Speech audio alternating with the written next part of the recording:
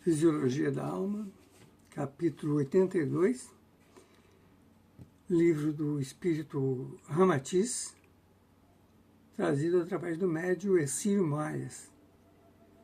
Subtítulo: A terapêutica homeopática.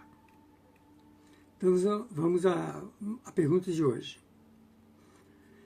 Temos tido a ocasião de notar que alguns médicos homeopatas, ao examinar seus consulentes, dispensam o cuidadoso exame clínico próprio dos médicos alopatas, parecendo indiferentes aos exames de laboratório, radiografias, reações sanguíneas e, certas vezes, limitando-se a anotar uma série de indagações que nada têm que ver com a enfermidade.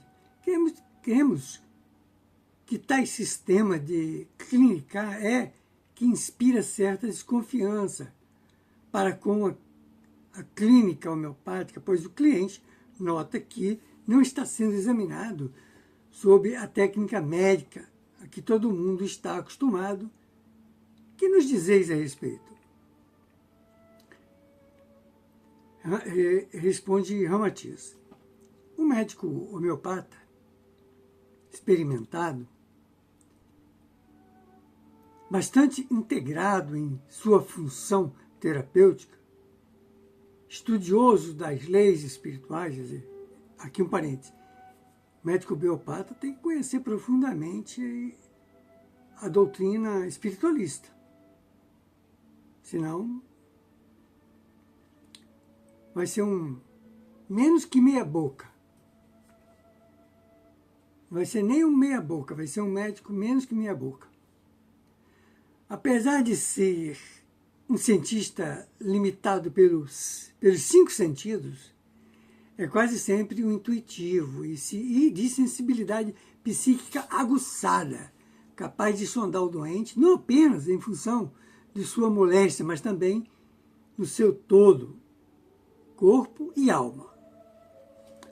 Ou seja, conforme ele pensa, sente e age. A sua tarefa é individualizar o remédio, mais afim e em sintonia com o caráter, o temperamento e o todo psíquico do seu paciente. Preocupa-se muito mais com o doente do que em apenas diagnosticar a doença. O paciente do médico homeopata não deve ser considerado apenas como portador de um órgão ou um sistema afetado, ou em função de uma doença específica, mas, acima de tudo, inquirido em razão do seu próprio tipo psicossomático, em que são levadas em conta todas as suas idiosincrasias e sintomas mentais. Vou repetir a palavra porque é uma palavrinha difícil. Idiosincrasias e sintomas mentais. Sua maneira de agir, né? Seu modo operando, ou seu modus operando, em latim. A soma de todo o mental, psíquico e físico do indivíduo. É o que interessa particularmente ao médico homeopata. Seu entendimento psicológico, o seu sentimento, a sua emotividade, o seu raciocínio, em confronto com o ambiente em que vive. É fora de dúvida que, em qualquer manifestação doentia, não se opera no indivíduo a separação do sentimento da razão, ou da vontade e do entendimento, porquanto, se tal ocorresse, resultaria disso a alienação mental, o completo descontrole orgânico e sua morte fatal.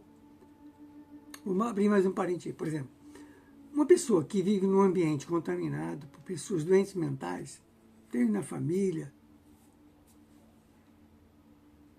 ela, mencionando uma situação dessa, que ela fica sob a influência de um temperamento agressivo, doentio, isso vai pesar no medicamento que o médico homeopata vai prescrever para ela. Continuando. Daí, se considerar que a sabedoria homeopática deriva da própria sabedoria divina, pois, se o homem é um todo manifestando-se intensamente no cenário do mundo físico, é óbvio que, quando ele enferma, também deve ser tratado de conformidade com as suas obras, ou seja, de acordo com as suas realizações, pensamentos, vontade e sentimentos, já consagrados em sua vida psíquica e física. Para um médico homeopata, o que importa do paciente são os seus cacuetes, o seu temperamento, as suas manias e reações emotivas, se for possível até as suas virtudes e os seus pecados. Desse modo, o médico pode receitar, em perfeita conformidade com o caráter e o quadro mental do doente, escolhendo a dose capaz de efetuar a maior cobertura possível de toda a manifestação mórbida da alma e do corpo do consulente. O médico homeopata compõe o retrato físico e mental do indivíduo, investigando-lhe o senso personalístico, a elasticidade de suas concepções morais, religiosas ou filosóficas, a capacidade do seu raciocínio e mesmo as suas excentricidades nas relações da vida em comum. Assim, ele individualiza o remédio que melhor corresponde à sinopse mental psicofísica e que possa neutralizar as perturbações com sua fonte original. Modifica, enfim, os próprios sintomas mentais e enxuga os resíduos tóxicos que oprimem o corpo astral do enfermo devido aos desequilíbrios temperamentais da personalidade humana. É indiscutível que essa pesquisa cuidadosa exige do médico homeopata um profundo conhecimento das próprias leis espirituais, que eu acabei de falar aqui, né? Que governam a vida humana, a fim de poder aplicá-las dentro do princípio básico da homeopatia. Há mesmo grande semelhança entre o processo homeopático na busca dos ascendentes psíquicos do doente e a ação da lei kármica de causa e efeito que disciplina os processos reencarnatórios e as retificações dos espíritos nos mundos físicos. Daí o fato de que o maior êxito do homeopata muito depende do tipo de sua convicção espiritual, pois além de sua tarefa de cientista, psicólogo e bom leitor de almas, há que ser também eficiente filósofo das leis da vida e do espírito sobrevivente. Vamos a mais uma pergunta, então.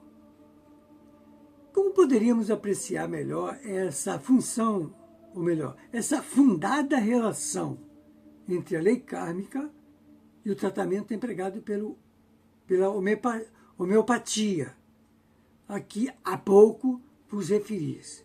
Responde Ramatiz. Os mentores do orbe terráqueo, tem gente que prefere falar terrestre, né? Responsáveis pelos destinos humanos, muitas vezes prescrevem a cura reencarnatória por um sistema que poderíamos chamar de homeopatia espiritual. Isso acontecendo quando certas criaturas enfermas, devido a subverterem a ação benfeitora das leis da vida, em atuação nos mundos físicos, o cruel, o déspota, que abusa do seu poder sobre o povo povos humilhados, pode ser comparado ao indivíduo intoxicado por medicamentos violentos. Então, a lei kármica, atuando sob a mesma lei dos semelhantes, prescreve para a cura dessa intoxicação espiritual a reencarnação do faltoso em situação humilhante, ligado a velhos adversários encarnados na figura de parentes, desafetos ou chefes tirânicos, que também o atormentam desde o berço até o túmulo, à semelhança de verdadeiras doses miúdas de medicação homeopática. A lei espiritual, em lugar de violentar a alma doente de tirania, sujeitando-a a uma terapia do tipo alopático, que pode eliminar drasticamente os efeitos sem extinguir a causa das enfermidades, né, que é o que faz na maioria das vezes os medicamentos alopatas, né, prefere submetê-lo à dinâmica das doses homeopáticas, situando entre os tiranos menores que então apuram ou decantam gradativamente o seu estado enfermiço. No primeiro caso, o tirano seria punido alopaticamente pelo fato de a tirania ser considerada digna da mais drástica eliminação. No segundo caso, a lei do karma reeduca o tirano, fazendo-o sentir em si mesmo os mesmos efeitos daninhos que semeou alhures, mas deixa-lhe o raciocínio aberto para empreender a sua retificação psíquica, a semelhança do que faz a homeopatia, que reeduca o organismo sem violentá-lo e o ajuda a renovar-se sob melhor coesão mental e reflexão do próprio doente.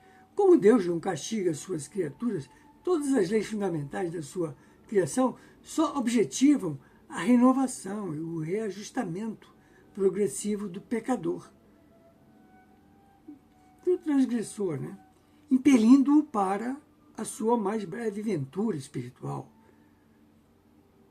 Esse tratamento gradativo de recuperação do espírito, através das várias reencarnações físicas, age, pois, como uma espécie de homeopatia espiritual, em que a lei ajusta a maquinaria psíquica do homem sem violentar-lhe a consciência já formada no tempo.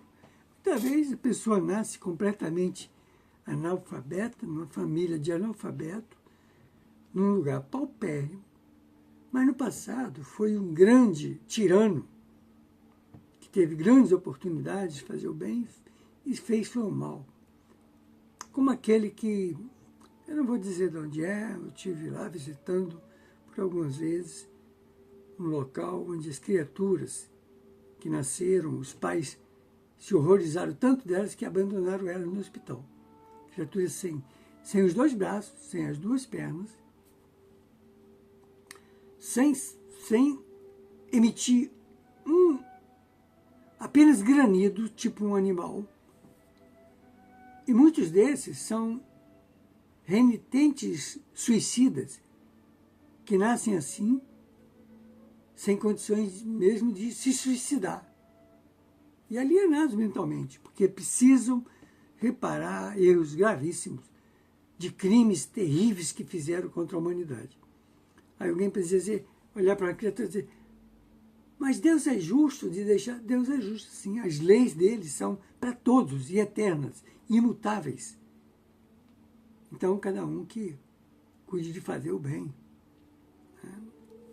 Bom, esse aqui foi o capítulo 82 do livro Fisiologia da Alma do Espírito Ramatiz.